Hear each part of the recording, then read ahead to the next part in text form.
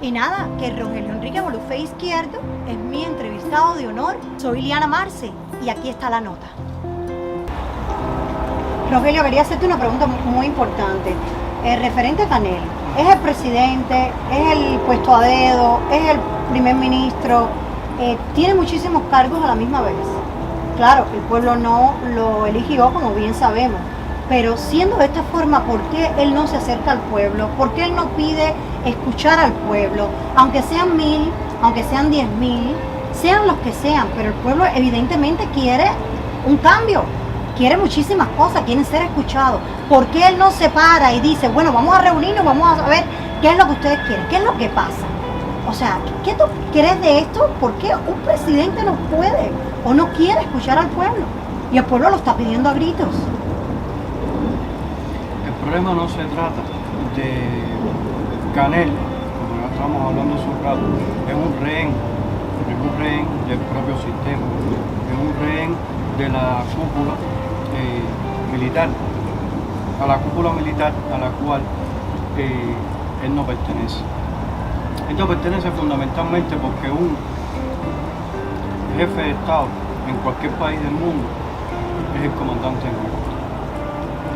El comandante en jefe debiera usar su uniforme militar para mantener la cohesión, para mantener el control, para mantener el respeto.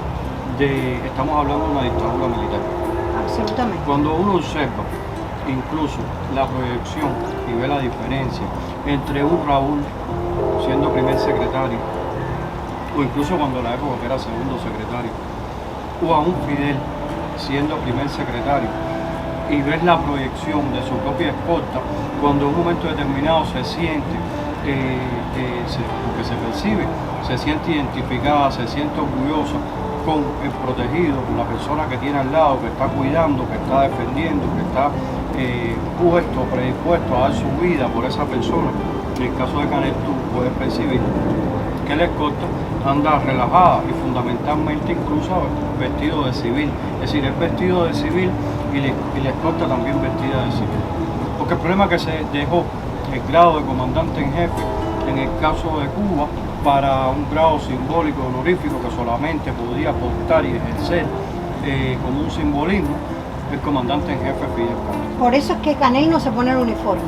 Por eso es que Canel no se pone el uniforme y que desde el punto de vista de lograr la cohesión, es decir, de lograr la cohesión entre los diferentes poderes que se manifiestan dentro de esta nomenclatura, él debiera y tendría que tener la responsabilidad y lógicamente los pantalones de ponerse el uniforme. De ponerse el uniforme de comandante en jefe, lógicamente debería ponerse el uniforme de dignidad, el uniforme de libertador, el uniforme de pueblo, el uniforme de cubano, el uniforme de la bandera, pero el uniforme de comandante. ¿Tú crees que esto sea...? La nomenclatura militar a él no se lo permite, es decir, a él no le permite usar ese uniforme porque es el uniforme de Fidel.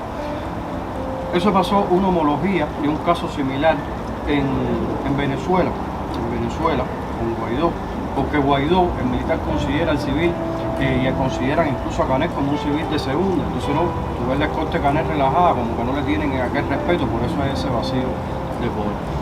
Y en un momento, uno encuentra esa homología de lo que está sucediendo en Cuba, la puede encontrar en Venezuela, porque es un momento tan crucial. Por eso es que toda esta lucha, que la gente tiene esperanza, pero son esperanzas falsas, que no conducen absolutamente a nada, que no tienen la posibilidad de nada, porque no podemos pecar de ilusos, porque eso ocurrió en Venezuela. Vemos la misma homología, el pueblo no estuvo un día en la calle, el pueblo estuvo más de 2 meses en la calle, le tiraron las tanquetas para arriba al pueblo, reprimieron, no como dictadura blanda, sino como dictadura frontal al pueblo, y sin embargo llega una figura, como en este caso Juan Guaidó, que llega con todos los recursos financieros, llega con el reconocimiento de más de 60 países y le faltó algo a Guaidó, que era algo tan simple como haber ido para arriba a la Fuerza Nacional Bolivariana de Venezuela, al ejército de Venezuela y hablarle con el título, la certeza, la convicción, la fuerza y la jerarquía del investimiento de tu grado como presidente interino, que por tanto si eres el presidente interino, el presidente encargado, el presidente legítimo de un país, tú eres el comandante en jefe. Tienes que ponerte la chaqueta de libertador, tienes que ponerte el uniforme de comandante, tienes que ponerte el uniforme verde y con ese uniforme dirigirte y no pedirle y no suplicarle, sino exigirle, porque están bajo tu mando, a las Fuerzas Armadas Nacionales, a la Fuerza Nacional Bolivariana en Venezuela, es decir, a la FNB, tenías que haberle hablado desde el punto de vista jerárquico como comandante en jefe de la nación. Y sin embargo Guaidó nunca lo hizo. Guaidó le suplicó, le imploró, le pidió, y ese no es un idioma donde se le habla a los militares. Entonces le faltó valor, le faltó temple, le faltó seguridad y le faltó ponerse el uniforme. Y en aquel momento yo le hice un llamado a que se pusiera el uniforme, y el que se lo puso los 2 días fue Maduro. Fuerzas Armadas de Venezuela, les habla el comandante Rogelio, señor del Verde. Ustedes tienen el deber de en este momento, más que nunca, estar del lado del pueblo de Venezuela, de estar del lado de la nación de Venezuela, de estar al lado de su familia, de estar del lado de su presidente legítimo, de su presidente constitucional, de su comandante en jefe, señor Juan Guaidó. Ese es el deber de ustedes en este momento. Es el deber con la patria. Es el deber con la familia, es el deber con el pueblo, es el deber con la nación, es el deber con ustedes mismos. Leales siempre, traidores nunca. No traicionen a su comandante en jefe. Su comandante en jefe es el señor Juan Guaidó, el único presidente reconocido internacionalmente, el único presidente constitucional y legítimo de Venezuela. Ese es su comandante en jefe. No tienen que morir en vano. No tienen que morir en vano. Ustedes tienen la posibilidad en este momento de ser héroes y pasarse al lado correcto de la historia. Al lado de su pueblo, al lado de su familia, al lado de su nación, al lado de la Constitución, al lado del deber, al lado de la razón. El momento es ahora. No se puede perder más tiempo ya. Señor Juan Guaidó, póngase la chaqueta. Usted es el comandante en jefe de las Fuerzas Armadas. Póngase la chaqueta de libertador. El pueblo de Venezuela espera por usted, comandante en jefe. La dictadura es el escollo de las naciones. Póngase la chaqueta de libertador. El pueblo de Venezuela espera por usted. El pueblo de Cuba también espera por usted y lo necesita ya. No podemos seguir perdiendo el tiempo. No podemos esperar ni un segundo más. Se está muriendo, nuestros pueblos se están muriendo. Esos usurpadores, esa banda de bandidos los están matando. Señores de las Fuerzas Armadas, pongan bajo arresto a esa banda de bandidos inmediatamente. Acaben de estar del lado correcto de la historia, del lado del pueblo, y construyan el camino para todos de regreso a casa. De regreso a la Venezuela grande, no que un día fue, a la Venezuela más grande que el mundo nunca antes haya conocido jamás. Sobran los recursos naturales, sobre el talento, sobre el valor. Basta ya de los venezolanos diseminados por todo el mundo, siendo vejados, siendo humillados como perros. La responsabilidad es de ustedes. Pásense al lado correcto de la historia, al lado de su presidente, al lado de la Constitución, al lado del deber, al lado de la razón. El momento es este, el momento es ahora, el momento es ya. Siempre activos, siempre verdes, firmes. Amén. Esto es un problema que está teniendo en este tema de lograr la cohesión, que está teniendo en este momento Canel. Porque Canel la jerarquía militar no le permite ponerse el uniforme comandante en jefe. Pero si él se pone el uniforme comandante en jefe porque él está atrapado, él se puede liberar y llegar a ser quien realmente es, porque nos encontramos en un problema muchas veces en esta Cuba que nosotros estamos viendo. Caras vemos, corazones no sabemos. Entonces eso quiere decir que está siendo controlado precisamente caras por vemos, eso. corazones no sabemos, que quiere decir que muchas veces uno no sabe cómo piensa nadie. Tú puedes estar conversando con un general, puedes estar conversando con un ministro, puedes estar conversando con quien sea, y a lo mejor el tipo internamente tiene los mismos pensamientos democráticos, los mismos pensamientos que tenemos pueblo. Nosotros del pueblo, se siente identificado, pero sin embargo no lo puede expresar. No lo puede expresar, absolutamente.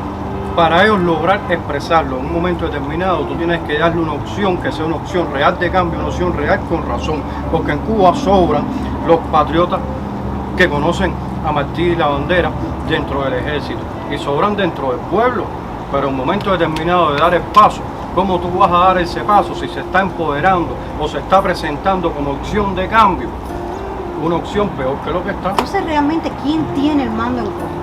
¿Quién tiene el poder de todo el control totalmente? La nomenclatura militar lo tiene, pero empoderada por el propio pueblo, porque ellos también son pueblo y muchos incluso claman por esa liberación.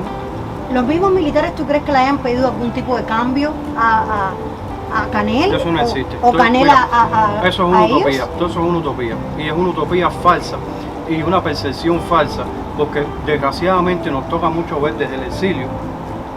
Es increíble porque tú ves el noticiero nacional de la televisión cubana el lunes y te dice lo mismo el viernes.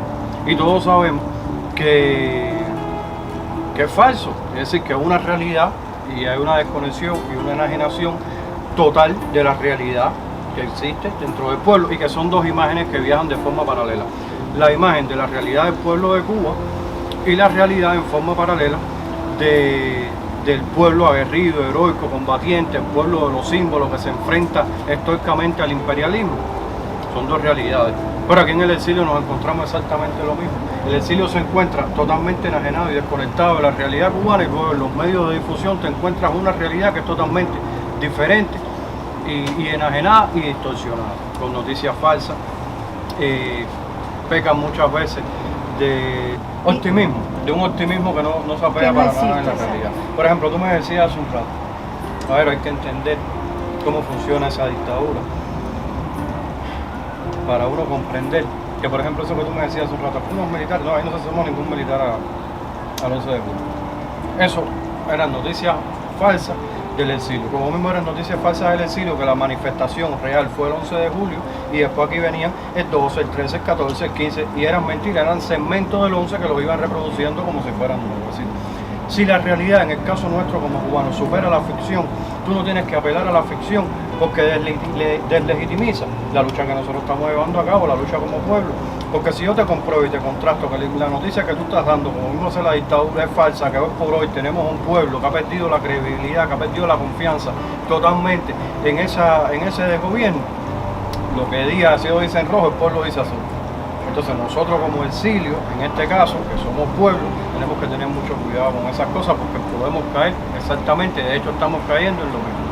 Porque si la realidad supera la ficción, yo lo único que tengo que estar es apegado a la realidad. Yo no tengo por qué crear historia, no tengo por qué inventar historia, yo no tengo por qué fantasear, yo no tengo por qué estar construyendo castillos en el aire, por lo que eres cambio, eso es la realidad objetiva.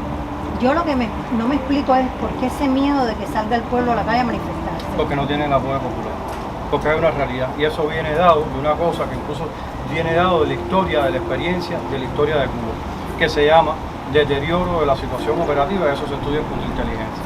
Cuando tú tienes un campo, que el campo está seco, que el campo tiene sustancias inflamables, es decir, que la homología es que están todas las condiciones creadas para que en un momento determinado exista o se cree un fuego de la manera que sea inapagable y que sea incapaz de controlar. Al río que le ha llegado la hora de salirse de su cauce, no hay pared que la contenga, entiéndase pueblo. Entonces, ¿qué es lo que tú haces en ese sentido? Tienes que rápidamente, según la percepción y la forma de pensar de ellos, apagar ese fuego. Ante la más mínima chispa, echarle 2 tanques de agua. Porque se llama que la situación operativa, en este caso es muy fácil deterioro, es decir, esa chispita se puede convertir en un fuego inapagable, en un fuego incontrolable, en un fuego que arrase con todo. Entonces, si tú no cuentas y no tienes confianza actualmente porque no existe, porque eres consciente de que no existe el verdadero y real apoyo popular, tú no puedes dar la posibilidad a que se te vaya la situación de control en tu instinto natural de conservación. Porque tú lo que es un instinto natural, no se trata de nada, se trata de que tú tienes que preservar.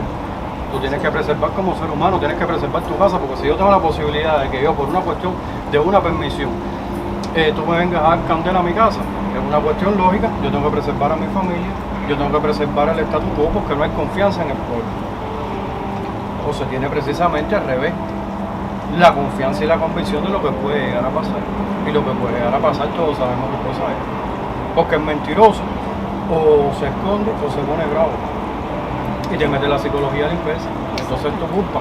Pero si tú le estás dando la posibilidad, que es lo que no debiera darse, la posibilidad a que ellos te hagan eso que te hacen, entonces en un momento determinado eres muchas veces tan culpable porque no quieres escuchar, no quieres aprender, no quieres conocer. Entonces le das la posibilidad, le das la justificación a que ellos te hagan lo que ya se sabe de antemano que te van a hacer. Por ejemplo, te voy a poner un caso. Cuando se pidió el permiso ahora para la marcha del 20, todo el mundo sabía que las posibilidades de que se le diera el permiso eran cero y eran ninguna y eran nulas. Entonces, ¿por qué tú lo estás haciendo? Si se sabe la respuesta de antemano. ¿Entiendes? ¿Qué tú crees que va a pasar ese día? No va a pasar absolutamente nada. Te lo digo con toda convicción y esto hace falta que lo saquemos antes para que se diga. Porque se diga. O sea, no va a haber manifestación. No va a ocurrir absolutamente nada. Porque mientras que las cosas se hagan de la misma manera, va a suceder de la misma manera.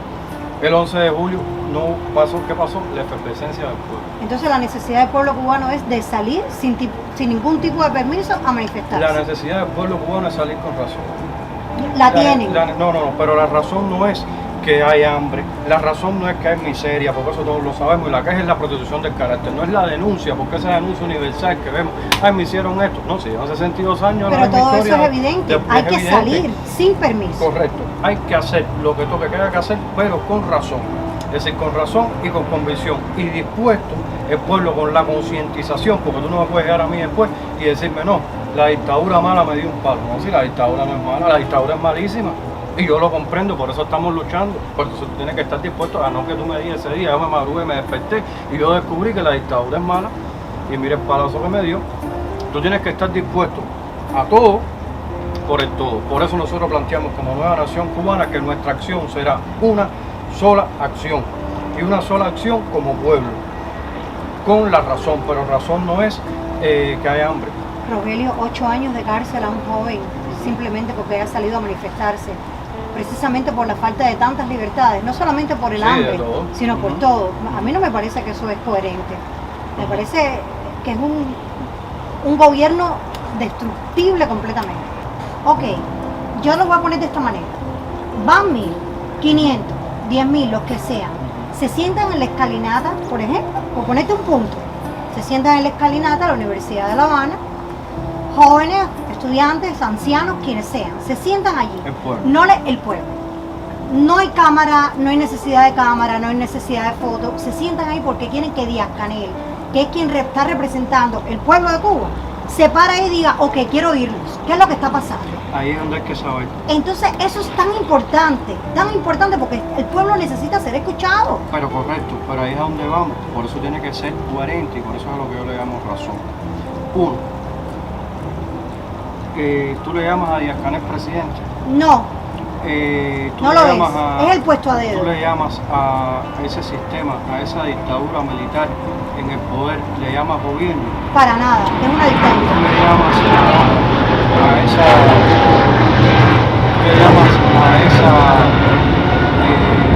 a ese reglamento disciplinario, porque es un reglamento disciplinario, no un contrato social, no una constitución. Tú le llamas constitución.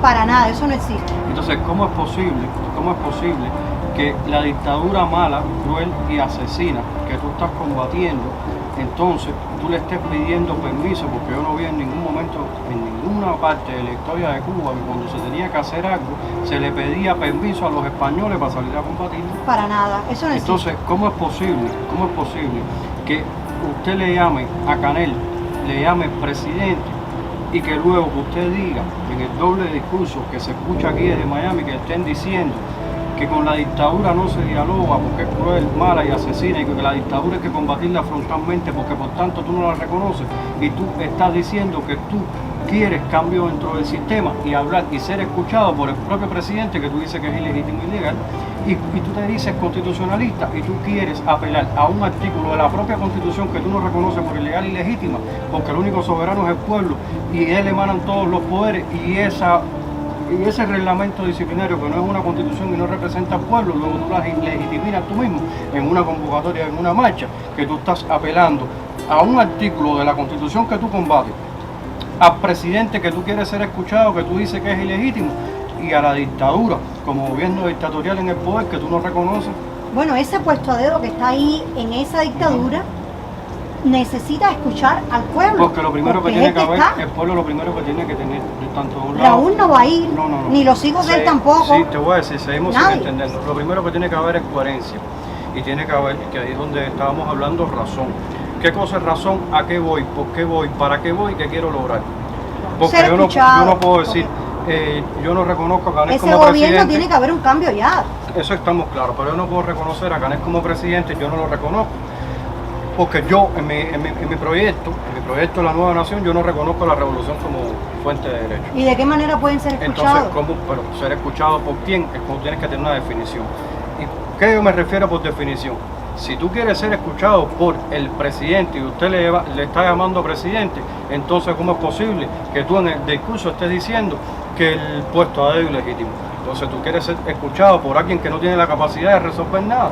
Ahí hay bueno, él no tiene capacidad ninguna, él es un presidente ilegítimo, él es un puesto a dedo. ¿Quién está encima de él que lo controla y puede entonces ir a escuchar al pueblo? Pero es lo que tiene que tener definido la situación para la marcha, la situación para el desfile, la situación para la protesta. Que no se pida permiso ninguno, el pueblo tiene que salir sí o sí. Pero el pueblo tiene que tener definido y tiene que saber qué es lo que quiere y a quién se lo va a solicitar para que no entre en contradicción. Claro. Porque entonces imagínate, no, yo soy constitucionalista, no reconozco la Constitución, pero la Constitución establece en su artículo tal que tengo el derecho a la protesta. Señor, pero si usted no la reconoce, ¿qué es lo que tú estás pretendiendo? No ser escuchado por el presidente, si es un dictador ilegítimo. Entonces, tiene que haber una coherencia entre qué es lo que tú quieres, a quién le vas a pedir, qué pretendes lograr, porque o lo reconoce o no lo reconoce. Si tú haces la lucha con razón y con convicción, usted dice, no nos moverán, como pasó en las diferentes etapas de la historia, nos gusta o no, nos hundimos pero no paramos, eso se llama convicción. Exactamente. Yo voy a morirme, sí, porque morir por la patria es vivir. ¿Qué significa morir por la patria es vivir? Que yo quiero lograr, hasta donde yo estoy dispuesto, porque si tú no sabes que si tú sales, porque todo el mundo aquí sabía que Batista era malo, y si tú salías a una historia contra Batista, tú sabías que te iban a cortar las uñas, te iban a, no sé, a darle un dedo, porque eres dictador malo y asesino. Pero entonces tú te encuentras y te estás enfrentando a una situación que tú no estás comprendiendo porque te hacen las cosas 10 veces peor y después dicen que es por tu bien. Y el cubano confunde patria con gobierno y todo el mundo quiere ser opositor al gobierno, pero nadie quiere ser un traidor a la patria. Entonces cuando ahí te cogen y te traban y te dicen, traicionaste a la patria y estás al servicio del imperialismo. Y empiezas a orar y echas para adelante al que no es, al primo, a la hermana, al abuelo, hasta el que te llamó por teléfono el año pasado que nadie ni te preguntó. ¿Entiendes? Entonces hay que tener convicción, porque oye, a tomar posición con un núcleo. ¿Cuál es nuestro núcleo? Martí, Varela y La Bandera, porque nosotros como cubanos y nacionalistas no necesitamos nada absolutamente importado de frías y lejanas tierras. A nosotros, con lo que nosotros tenemos, con nuestro pensamiento fundador, Martí, Varela, La Bandera, la generación del centenario que no la podemos obviar, los jóvenes del 53, manifiesto de la Sierra Maestra, esto es lo que pide y aquí no me va a mover nadie, porque lo que yo quiero es lo mismo que quieres tú. Y esta es nuestra convicción. ¿Y para dónde vamos? Señor, ¿dónde es la concentración?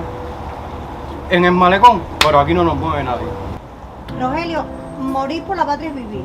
¿Quién quiere morir por la patria? Porque yo no conozco ninguno. Hay tantísimos influencers aquí, youtubers que vienen y se sientan en un banquito detrás de una cámara a hablar, o delante de la cámara a hablar y a decir que Cuba, que para qué, que tírense, que vamos. Y entonces armando un tipo de convocatoria para que todo el mundo vaya, pero ellos no se paran de la silla, ellos siguen desde ahí gritando, vamos a morir por Cuba y por la patria, pero no existe, es todo bla bla bla, es lo único que he visto. Entonces, en ese día de que hubo la convocatoria para que todos salieran de aquí, desde Miami hacia La Habana, y hubo muchísimos barcos listos, mucha gente que quería ir, pero después se retractaron por el problema de los $250,000 de multa, que podían perder su casa, que sus hijos nacieron aquí, que son americanos, que podían ser apresados, que iban a perderlo todo. Pero además los líderes no estaban ahí no había ningún líder, y del lado de allá, ¿cuál líder? Porque Alcántara, pues este hombre que dice que se metió la botella en el culo, entonces discúlpenme la palabra, y que dice que es un artista plástico y todas esas cosas, pero ha sido todo un desastre.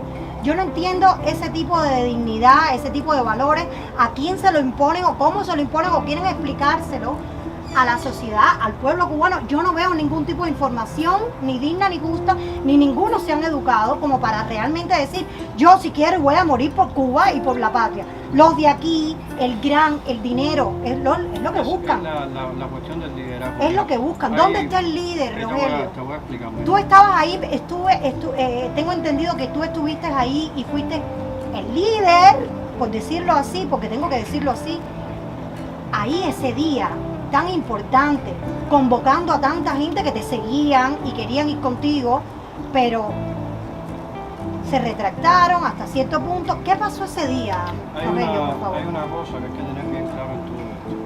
Mira, a un líder, a un hombre, es muy fácil sacar de circulación un hombre.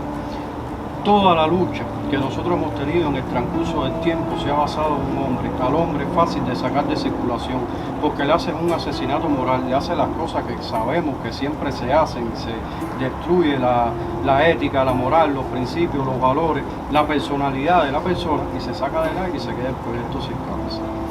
Ya hemos sido durante suficiente tiempo el defensor del absurdo de turno que aparezca, porque como mismo en el día de ayer se decía, esta es tu casa, Fidel, todos somos Fidel, Fidel amigo, el pueblo está contigo, son los mismos, que es el mismo pueblo, que hoy dice, Alcántara te amamos, todos somos Alcántara, no, ya no somos Alcántara, ahora somos el gato, no, ya no somos el gato, ahora somos Ferrer, no, ahora tampoco Ferrer nos gusta, ahora no somos Junior, ahora somos esto, somos lo otro.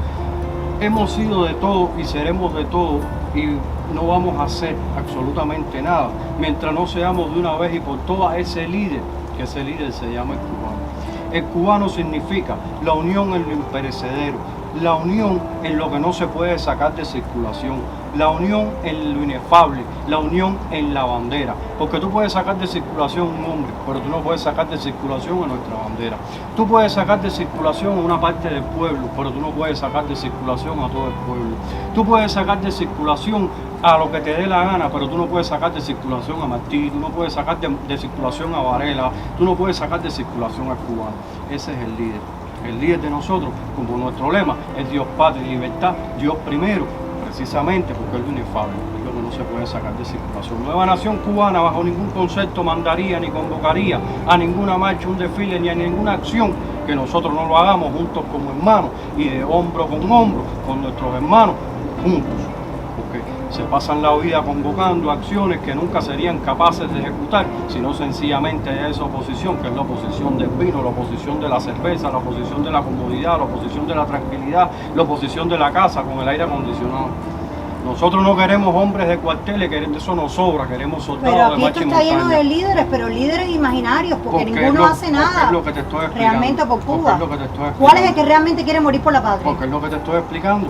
El líder es ese el líder. Y en el año 56, Fidel le mandó una carta al presidente del Movimiento 26 de Julio de Miami, porque la realidad que nosotros tenemos hoy en Miami es la misma realidad de aquel momento. Exactamente la misma, porque es el mismo pueblo, porque eso viene de una cuestión que la vamos a analizar después cuando toque más adelante. Los gerondinos, los jacobinos, toda esa historia de cuando la Revolución Francesa en el año 1868, que se llama el arrebato del cubano, el arrebato del césped, cuando le dio la libertad a los esclavos y le dio el título de ciudadano a hombres que en aquel momento no sabían qué hacer con eso. Y ahí es donde viene ese daño, no es que ese daño venga de ahora. Y en aquel momento Fidel le dice, ustedes, hoy para la lucha del pueblo de Cuba me mandan 2 y 3 pesos.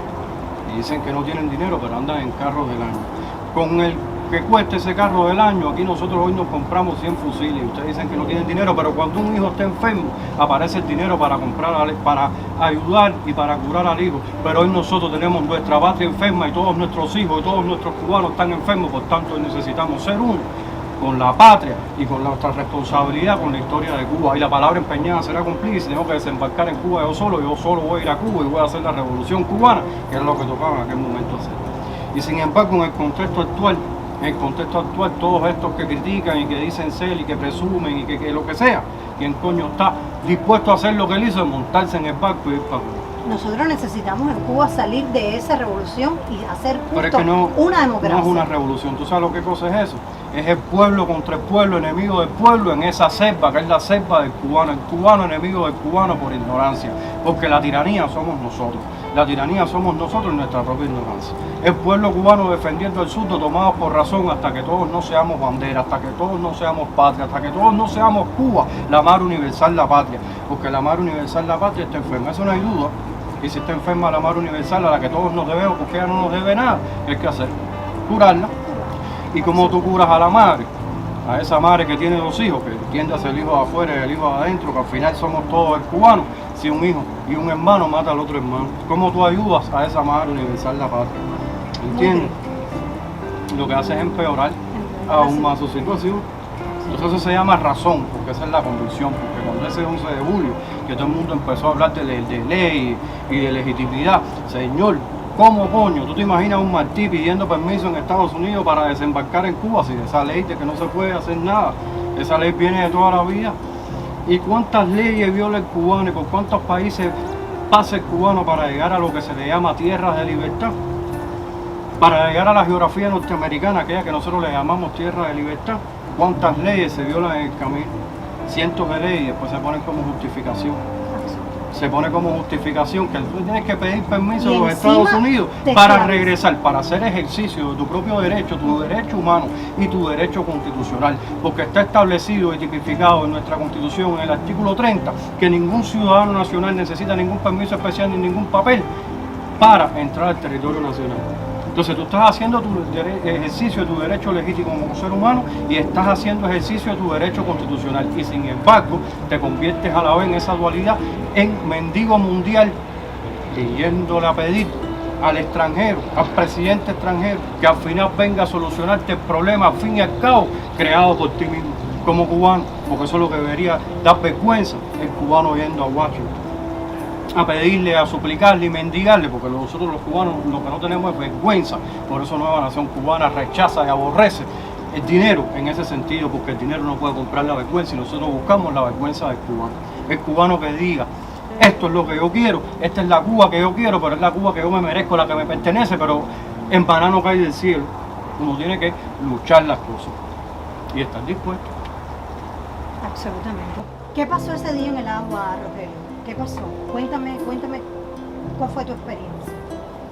La experiencia fue decepcionante, fundamentalmente por esos falsos pseudo líderes erigidos en el exilio a imagen y semejanza de ese exilio, porque es imposible que en vez de canalizar toda esa energía, todo ese furor hacia un solo objetivo, porque si tú canalizas toda la energía hacia un punto, ese punto colapsa y se rompe.